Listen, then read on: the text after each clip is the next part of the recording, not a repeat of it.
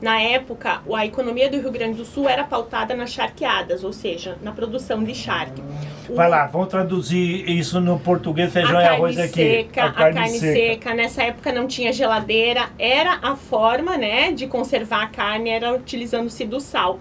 O sal do Uruguai pagava de tributos 4%, sendo que dentro do Rio Grande do Sul, no nosso próprio país, se pagava 25%, tornando inviável, né, a economia no Rio Grande do Sul. Então esse foi um dos principais motivos. É muito mais uma revolução tributária, que talvez a gente em algum momento também tenha que fazer hoje em dia, né?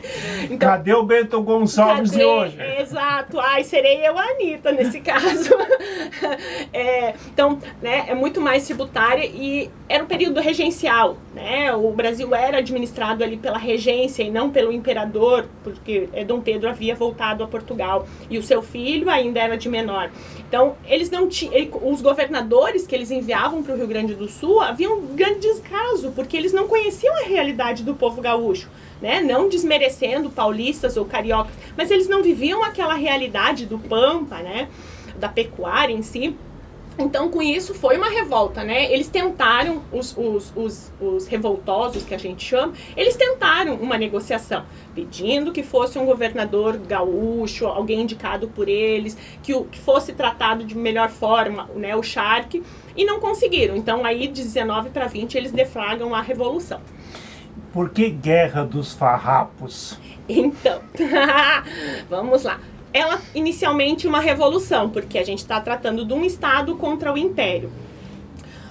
Isso em 1835. 11 de setembro de 1836, os farroupilhas, na Batalha do Ceival, eles têm uma grande vitória sobre os imperiais, sobre as tropas imperiais.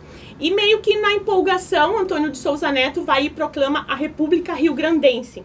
Então, muita gente entende que a Revolução Farroupilha foi uma revolução separatista. Não, ela não teve esse cunho, ela não inicia. Só que aconteceu. Em 11 de setembro, o Rio Grande do Sul passa a ter como Piratini a sua capital e Bento Gonçalves o seu presidente. Então, por isso passa a ser uma guerra, porque aí você está falando de uma república contra o império. Aí passa a se chamar Guerra dos Farrapos. Eles tiveram várias baixas, né, muitas derrotas, como os farroupilhas também tiveram. Né? Aí quando Dom Pedro já lá, 10 anos após a Revolução, já tá todo mundo perdendo, né? O Império perdendo, é um país, é um estado, o Rio Grande do Sul, né? Que produzia. O Rio Grande do Sul precário, porque não tinha, né, o retorno do Império para aquilo tudo, muitas vidas se perdendo. Eles então, o imperador envia Luiz Alves de Lima e Silva, que depois vira Duque de Caxias, né? E ele vem para daí fazer a tratativa de paz junto a Davi Canabarro, porque Bento Gonçalves, em 1843, ele se afasta da Revolução, ele já está muito doente, ele acaba se afastando e falece em 1847. Então, aí Davi Canabarro é quem faz realmente a assinatura. Esse sentimento ficou esquecido durante muitos anos, né? Como a gente falou já inicialmente, a Revolução terminou em 1845. Somente 102 anos depois, em 1947, é que criou-se o movimento. Né? Até ali ficou esquecido né, esse momento da história e esses valorosos personagens, vamos dizer assim.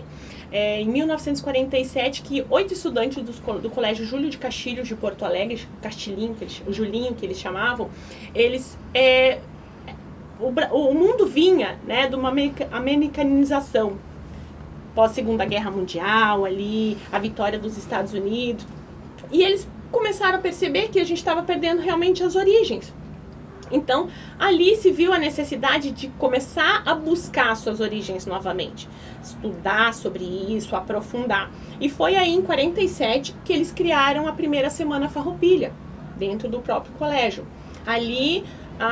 eles, um pouquinho antes, algumas reuniões, definiram que então eles tinham que ter o seu fogo simbólico.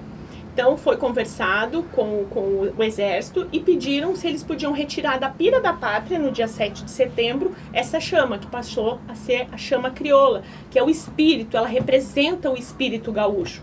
Né? Foi a primeira chama crioula. Então, a 7 de setembro, eles retiram essa centelha da pátria, né, esse fogo simbólico da centelha da pátria, e fazem uma semana de ronda, ou seja, ficam cultuando aquele fogo, e daí ali começaram a se pesquisar sobre as danças, valorizar os seus heróis, pesquisar, porque no momento desses, Paixão Cortes, que é um dos principais, né, pesquisadores do tradicionalismo, ele vai até uma cafeteria e encontra a bandeira do Rio Grande do Sul sendo usada de cortina, ou seja, tinha perdido o total valor.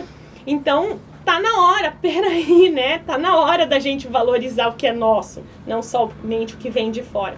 Então, esse é o momento principal. A partir daí, um ano seguinte, é criado o primeiro CTG, o 35 de Porto Alegre, e aí se inicia o movimento tradicionalista gaúcho que a gente vê até hoje, que são os centros de tradições, os departamentos gaúchos, né? E aí se aflorou